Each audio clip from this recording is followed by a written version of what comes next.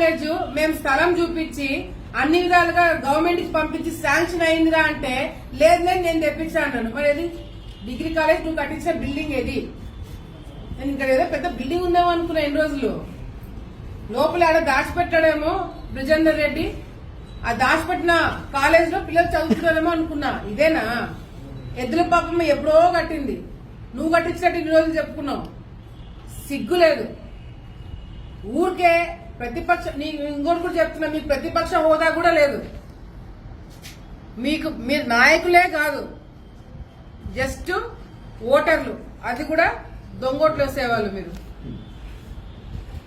దొంగోట్లు వేసేవాళ్ళు మీరు ఓటర్లే. Just you are not even a politician. మీరు రాజకీయ నాయకులు కూడా పనికిరారు. ప్రతిపక్షంలో ఉండి కొట్లాడాలంటే చాలా దమ్ము ధైర్యం కావాలా, చాలా తెలివితేటలు కావాలా, చాలా ఓపిక కావాలా. మీకు ప్రతిపక్షంలో ఉండేంత సీన్ కూడా లేదు. మీరు నా గురించి కూర్చొని ప్రెస్ మీట్లు పెడతారా? ఒక గంట నేను కాన్సన్ట్రేట్ చేస్తే మీ చిట్టా అంతా బయటకి ఇప్పుతా. నేను ఒక గంట నేను కాన్సన్ట్రేట్ చేస్తే ఇవి పడ్డేవాడిని. మీరు నాకు సలహాలు చెప్తారా? మీరు నా మీద ప్రెస్ మీట్లు పెడతారా? Useless fellows. మీరు 10 సంవత్సరాల నుంచి నా గురించి మాట్లాడుతున్నారు, ఒక్కటి నిరూపించలేకపోయినారు. ఒక్కటంటే ఒక్కటి నిరూపించలేకపోయినారు. మీరు నాయకులు, మీరు నా మీద విమర్శలు. ఇంకొకసారి ప్రెస్ మీట్లు పెట్టి నీతులు మాట్లాడినారనుకో, ప్రెస్ మీట్లు పెట్టి నా గురించి తప్పుడు కూతలు కూస్తారనుకో, నేను యాక్షన్ తీసుకుంటా. లేదంటే మీకు నిజంగంటే చిత్తశుద్ధి ఉంటే నా మీద వేసిన అబండాలకి, నిందలకి మీ దగ్గర ఆధారం ఉంటే చర్చకి నేను రెడీ. ఏ పోలీసులు మిమ్మల్ని అడ్డుకోరు, ఏ పోలీసులు మిమ్మల్ని హౌస్ అరెస్టులు చేయరు, ఏ పోలీసులు మీ జోలికి రారు. నేనే ఫిర్యాదు ఇస్తా. మున్సిపల్ ఆఫీస్ దగ్గర మీటింగ్ పెడతాము, మీరు రండి, నేను కూర్చుంటా. ఏమేమి ఉన్నాయో ప్రెస్ వాళ్ళని కూర్చోబెడతాం, మీడియా వాళ్ళని కూర్చోబెడతాం, అందరినీ కూర్చోబెడతాం. నా మీద ఉన్న ఆధారాలు మీరు ఏదైనా నిరూపిస్తే అందరి ముందర మీకు క్షమాపణ చెప్తా. మీరు సిద్ధమా? ఇప్పుడు సిద్ధమా చెప్పు నువ్వు. లేదంటే నోరు మూసుకొని ఇళ్లలో కూర్చోండి. పిచ్చి పిచ్చిగా బయటకు వచ్చి ఆడ డబ్బులు తీసుకుంటారు, ఈడ డబ్బులు తీసుకుంటారంటే చూస్తూ కూర్చోము. ఇదే లాస్ట్ అండ్ ఫైనల్ వార్నింగ్. మీ దగ్గర ఆధారాలు ఉంటే కమ్ అండ్ ప్రూవ్ ఇట్. ఆధారాలు లేకపోతే నోరు మూసుకొని ఇళ్లలో కూర్చోండి. మీరు చేసిన పనులు పిచ్చి పిచ్చి వాళ్ళు వచ్చి ప్రిన్సిపల్ దగ్గర పనిచేసి పిల్లల జీవితాలతో ఆడుకుంటున్నారు. దీని మీద దృష్టి పెట్టవు. అంగన్వాడీ దగ్గర నుంచి గుడ్లు కొట్టుకోవడాలు, అంగన్వాడీ నుంచి అన్ని సరుకులు కొట్టేసేడాలు, పాలు కొట్టేసేడాలు, ఇది నీ స్టైల్, మాది కాదు. నువ్వు చెప్పినావు చూడు, చికెన్ సెంటర్లు, శిల్పాలు, ప్రెస్ మీట్ ఆధారాలతో సహా ఏం చేస్తున్నామో ఆలగడ్డలో ఆధారాలతో సహా ఓపెన్ గా ప్రెస్ మీట్ పెడతా. అలా దించుకునేలాగా చేస్తా మిమ్మల్ని. నేను చేసే ప్రతి ఒక్క దానికి అర్థం ఉంటుంది. నేను చేసే ప్రతి ఒక్క దానికి నీతి ఉంది, నిరూపిస్తా. నువ్వు చెప్పినావు కదా చికెన్ సెంటర్లని, నేను చూపిస్తా. నేను చికెన్ సెంటర్లతో ఏం చేయబోతున్నానేది నేను ప్రెస్ మీట్ పెట్టి నీకు చూపిస్తా. నేను నీ దగ్గర పనిచేసే వాళ్ళతో సహా అందరికి ఉద్యోగాలు ఇప్పిస్తా. నువ్వు ఎట్లా జీతాలు ఇవ్వట? నీ దగ్గర పనిచేసే వాళ్ళతో సహా నేను వాళ్ళకి ఉద్యోగాలు ఇప్పిస్తా. ఇప్పుడు పనిచేసింది ఎవడనుకున్నావు అక్కడ? ప్రవీణ్ కుమార్ రెడ్డి. ఎరుగుడు తిన్నా, కానీ నేను సస్పెండ్ చేయను.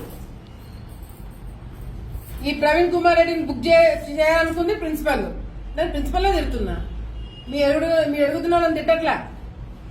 తప్పు చేస్తే ఆవిడ కొత్తపల్లైనా సరే, ఎరుగుతున్నా సరే శిక్ష పడుతుంది. అర్థమైంది కదా? ఇప్పుడు నుంచి మీరు పిచ్చి కూతలు కూస్తే లీగల్ గా మీ మీద యాక్షన్ తీసుకోవడం జరుగుతుంది. డెఫినెట్ గా నేను అధికారంలోకి వచ్చిన తర్వాత కొంతమంది ఇబ్బంది పడతారు. ఎందుకు పడరండి? ఎందుకు పడరు అనుకుంటున్నారు మీరు? నేను ఎవరిని ఇబ్బంది పెట్టదని నేను చెప్పినానా? అధికారంలోకి వస్తే మీ తోలు తీస్తానని చెప్పినా కదా, మరి ఎందుకు తీయను? మంచితనం చూపిస్తారనుకుంటున్నారా? మీ దగ్గర ఎంతమంది మీరు తప్పుడు కేసులు పెట్టలే? మీరు ఎంతమంది జీవితాలతో మీరు ఆడుకోలేదు? మిమ్మల్ని వదిలేస్తారని ఎందుకు అనుకుంటున్నారు మీరు? ఒక్కొక్కరికి లెక్క చెప్తా అని చెప్పి తీరుతా. నేను ఎవరి మీద నేను ఇది చేయను, నేను అన్ని మంచి పద్ధతిలో పోతాను, నేను చాలా మంచిదాన్ని దయచేసి అనుకోకండి. మీరు తప్పు చేసింటే భయపడండి, తప్పు చేయకపోతే ప్రశాంతంగా ఉండండి. డెఫినెట్ గా నాకు రెడ్ బుక్ ఉంది. రెడ్ బుక్ అంటున్నా, పెట్టుకున్నా రెడ్ బుక్ నేను కూడా. దాంట్లో మీ పేర్లన్నీ ఉన్నాయి. నా వల్ల నేను ఓపెన్ గా ప్రెస్ ముందర చెప్తున్నా, నా వల్ల 100 మంది లిస్ట్ రాసి పెట్టుకున్నా. ఇంకా 2-3 పాపమని తీసేస్తున్నాను కానీ 100 మంది నా వల్ల ఇబ్బంది పడబోతున్నారు. ఓపెన్ గా చెప్తున్నాను. 100 మంది లిస్ట్ నా దగ్గర ఉంది. ఆ 100 మందిని ఇబ్బంది పెట్టబోతున్నాను. అంటే ఇబ్బంది పెట్టబోతున్నాను అంటే కట్ట తీసుకొని కొడతానో చంపుతానో అట్లా ఇబ్బంది కాదు, అట్లా భయపడకండి. లీగల్ గా మళ్ళీ చెప్తున్నా, లీగల్ గా మీ మీద యాక్షన్ తీసుకుంటాం. మీరు చేసిన అరాచకాలు బయట పెట్టి ఆధారాలు నిరూపించి మరి మీ మీద కేసులు పెట్టిస్తాను. మిమ్మల్ని వదిలిపెట్టము. ఎందుకంటే ఆలగడ్డ రాజకీయాలను నాశనం లేపింది మీరు కాబట్టి మీకు శిక్ష పడబోతుంది. మీరు జాగ్రత్తగా ఉండండి అని నేనే చెప్తున్నా. దీనికి పుకార్లు అవసరం లేదు, దీంట్లో లోపల మాట్లాడేది ఏం లేదు.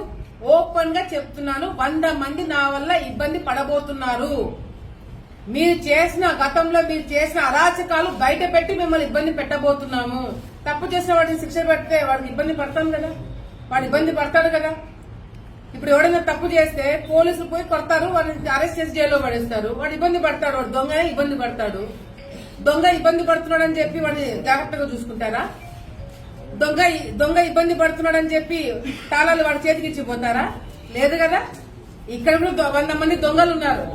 ఆ దొంగల్ని ఇబ్బంది పెట్టబోతున్నామని చెప్పి ఈ రోజు తెలియజేసుకుంటూ, ఇంకొకసారి డిగ్రీ కాలేజ్ నేను తెచ్చానని చెప్పినావనుకో ఇది బయట పెడతా. ఇంకొకసారి డిగ్రీ కాలేజ్ నువ్వు తెచ్చినావని చెప్పినావనుకో బిల్డింగ్ చూపించు. బిల్డింగ్ చూపించలేకపోతే నోరు మూసుకొని ఇళ్లలో కూర్చోండి. మీరు దొంగ ఓటర్లు, మీరు ప్రతిపక్ష నాయకులు కాదు. మీరు దొంగ ఓటర్లుగా ఆలగడ్డ ప్రజలు మీకు బుద్ధి చెప్పినారు. సో దయచేసి మీరు వర్ధంతులకి జయంతులకి దండలు వేసుకుని నోరు మూసుకొని ఇళ్లలో కూర్చోండి. ఎక్కువ మాట్లాడడానికి ఆధారాలు చూపించండి. మీకు స్వేచ్ఛ ఉంది. ఆయన రాసి సంతకం పెడతాడు. ఆయన కూడా చాలా క్లియర్ గా గవర్నమెంట్ డిగ్రీ కాలేజ్ ఆలగడ్డకు వచ్చిన మొదటి రోజు నుంచి ఈ రోజు వరకు కూడా ₹1 కూడా ప్రభుత్వం తరపు నుంచి ఫండ్స్ రాలేదు అని చెప్పి చెప్పడం జరిగింది. అంటే 2022లో వచ్చింది కాలేజ్. అప్పుడు గార్దల్ గాసం ఉన్నాడా ఎమ్మెల్యే? వైసీపీ తరపు నుంచి గెలిచిన ఎమ్మెల్యే 2022లో డిగ్రీ కాలేజ్ వచ్చినప్పుడు ఫండ్స్ తీసుకురావాలా, డబ్బులు తీసుకురావాలని ఇంగిత జ్ఞానం లేదా? బిల్డింగ్ లేదు, డబ్బులు లేవు, గవర్నమెంట్ స్టూడెంట్స్ తీసుకొచ్చి ఇక్కడ పడేసినారు. అది స్పష్టంగా ప్రిన్సిపల్ తో కూడా రాపించినాను. ఇంకొకసారి డిగ్రీ కాలేజ్ తెచ్చానని ఆలగడ్డగానే ఎవరైనా చెప్పుకుంటే ఇవన్నీ చూపించడం జరుగుతుంది.